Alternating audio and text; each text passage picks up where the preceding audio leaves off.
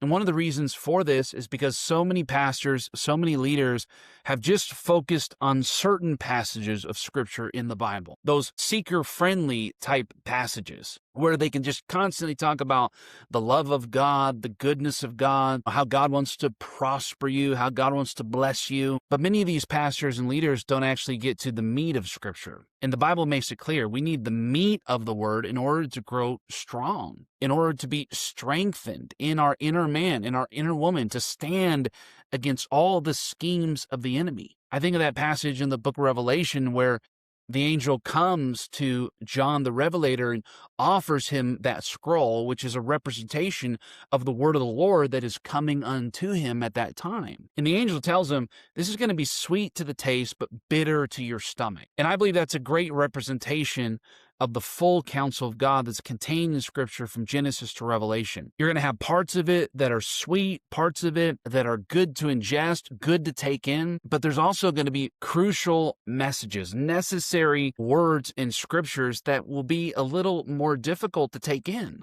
It's like bitter to your stomach. But just like as a parent, whenever you're feeding your children, you can't just give them ice cream day and night. You can't just give them sweets from the moment they wake up to the moment they go to bed. You have to also give them meat. You have to give them a fair amount of protein. You have to give them vegetables and fruits and other nutrients. In that same way, we have to look at the Word of God as containing this full course meal for us spiritually. And we need to receive all of it. We need to submit to all of it. We need to say yes and amen to all of it and ask the Lord, Lord, help us to walk out the entirety of this counsel. Amen? But I'm telling you, if people can go to a church for years and never actually be confronted in the way they live, never actually be challenged in the way they live, to live more like Jesus and more like Scripture calls them to live, then that church is off. That church is not preaching the full counsel of God,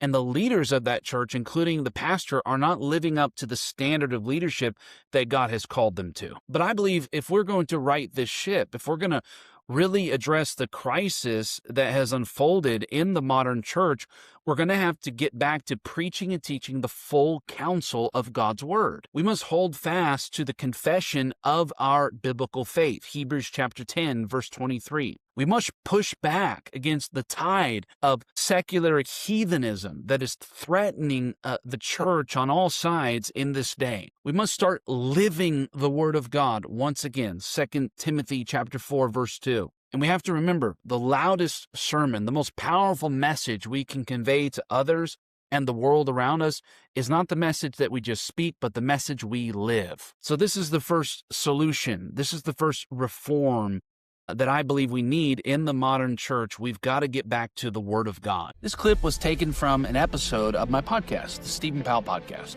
To watch the episode in its entirety, click here. And to subscribe to my channel so you don't miss any more clips like this, click here.